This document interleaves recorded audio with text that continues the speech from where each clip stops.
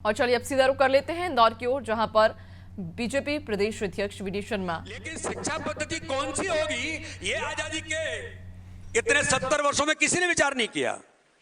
लेकिन भारत के प्रधानमंत्री मोदी जी ने 2014 के बाद ये कहा कि हमारी जो इंडिया सेंट्रिक एजुकेशन पॉलिसी बनाकर हमारी जो जनरेशन है भारत के अंदर कैसे बनेगी, आत्मनिर्भर भारत।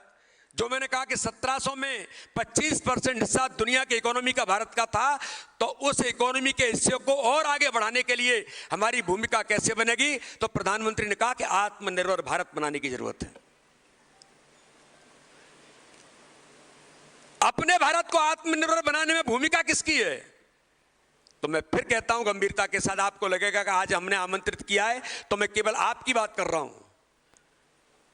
आत्मनिर्भर भारत बनाना है तो इस प्रकार के इंटेलेक्चुअल्स, इस प्रकार के प्रोफेशनल्स, काम करने वाले लोगों को अपनी भूमिका में जब आएंगे तब भारत आत्मनिर्भर बनेगा।